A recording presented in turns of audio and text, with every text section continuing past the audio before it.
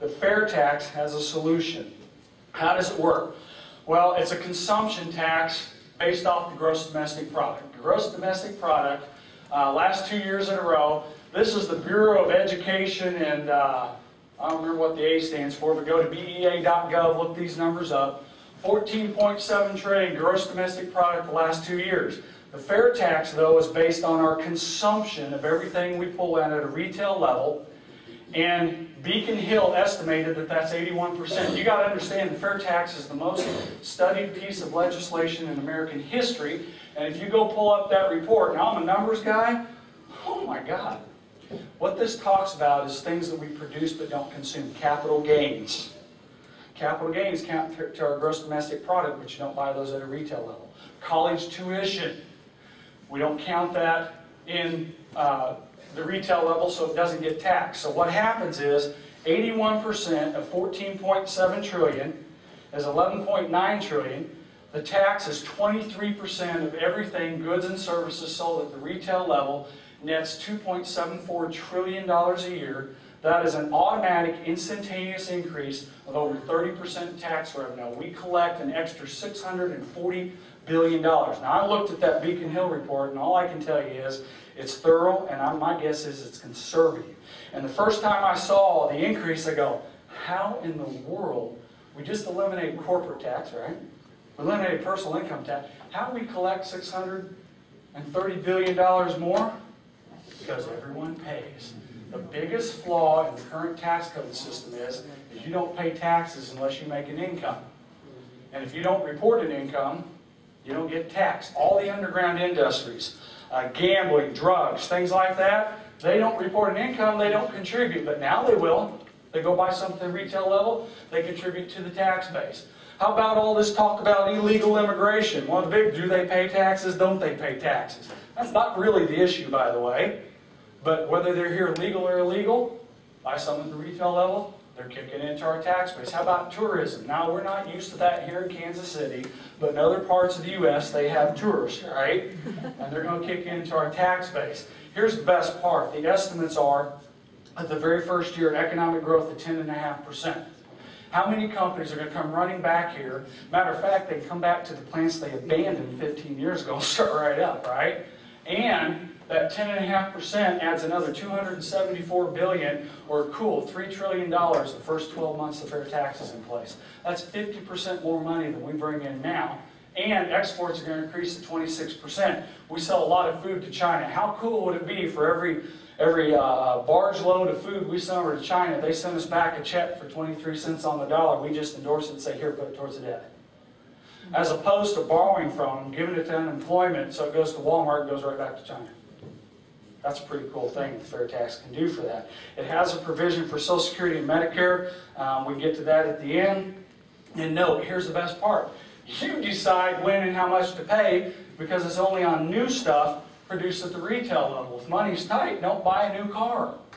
Buy one for your neighbor down the street. Don't pay the taxes. Does that make sense?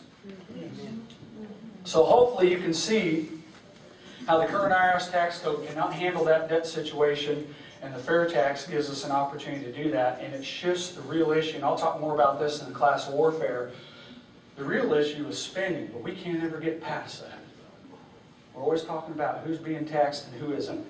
All right, special interest. Dive right into that. Might interest you to know that 40% of the lobbyists in Washington, D.C. today are for taxes. Because taxes are the new subsidies. You've all heard about oil subsidies, right? Oh, yeah. Well, if I look at the definition of a subsidy, it means that you send somebody a check to subsidize something, and politicians don't do that because somebody's got to sign the outgoing check, and somebody's got to deposit the incoming check, and that leaves a real nice paper trail. But the problem is, to get elected in today's world, we all know it takes a lot of money. So here's the thing. You ran for office. Now, you don't take that lightly. I've been involved in a little bit of that. You've got to live, eat, and breathe that campaign for some set amount of time, and you don't do it because you got nothing else to do, right? You believe you're the right person. So you get yourself, you're a new freshman member of Congress, you get up there to Washington, D.C., you made all these promises about change and things you were going to do, and find out you can't do anything. You're not on a committee, you're not a this, and nobody wants to hear your opinion. So what are you going to do to get reelected? Well, you got these lobbyists talking to you, and they go, you know what? If you would just give the people I represent this little tax break, it's going to help them so much that they're going to hire a bunch of people in your district. And how many people know if unemployment's low, that's good for the incumbent, right? Mm-hmm. So that's going to help you get elected. We're going to promise that all my constituents are going to contribute to your campaign. Money's good, right? But you know what's more important than that? Everybody that I represent is going to vote for you. I encourage you, go look at the voter turnout versus potential voters versus registered voters, and it'll make you sick. They might only represent 1,000 people, but 1,000 votes will absolutely change a state election in a heartbeat. And here's the thing, you don't have to do anything. They've already written it. It's 10 pages. All you got to do is slip it into a bill. Who's going to notice that? We've already figured out. Do they read every page of the bills and go, all right, that's another soapbox, okay? It's 10 pages tucked into a bill. They read the cliff notes. They never see it. It gets passed. What happens then? Well, it's 10 pages out of 72,000. The IRS doesn't get an alert email said, we just added 10 pages to the tax code. There's not a single human being alive that knows everything that's in that tax code. So no, there's only four groups of people that's going to know it there. You, because you're the one that put it in there. The lobbyists, because they wrote it. The people that you help, because it's going to take advantage for them, and their accountants. So it's not going to affect anybody in your mind, and never will a person ever know that it happened. And my mom told me something a long time ago that I didn't understand initially. She said, locks keep honest people honest. We've all heard how somebody goes to Washington, and 10, 12 years later, they're not the same person. Well, you know that didn't happen in a snap. Things happen one little step at a time. You give them a tax break, then you get on a committee, they're talking to you about a trade break or this or that. Now, they may not have to say this. I don't know. I've never been there, but I can envision that lobbyist says, well, you know that tax thing you helped us out with? It'd be a shame if everybody found out you did that. Pretty soon, you're locked up and you don't even know what happened. The fair tax will solve that, at least 40% of the problem in a heartbeat. Why? Oh, well, let me give you some examples. Sorry. Unions in healthcare. Did the unions go to Washington, D.C. over the healthcare bill because they wanted better doctors, more visits, or a vision plan? No. No, they went there over taxes, didn't they? GE. We heard about GE, all the billions they made, they got several $1 million back. Do you think there was any lobbying involved in that process, or was it just by accident? Lobbying involved in that process for Clay Como. Now, I know that's at the state level, but that's to illustrate how important fair tax even is at the state level, because as I recall, 25 miles away, the GM plant in Fairfax didn't get a fair tax, did not get a break. And it seems to me that they owe us taxpayers a lot of money.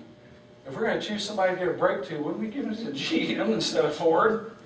See, there's endless loopholes that no one's ever going to find. The fair tax ends at no more loopholes, everybody pays. There's no more need to lobby for corporate tax breaks because there will be no corporate tax. You think they're going to keep sending money for guys to go to Washington? It's a level playing field for all. You can't buy votes that way anymore as a corporation, and it's transparent. It shows up on every receipt. If they give a break to Chili's, and you get your Chili's bill and go, wow, I only paid 20%. Well, how did that happen? Or what if they raise taxes? Right now, they could, for all I know, today, they raise taxes on gas.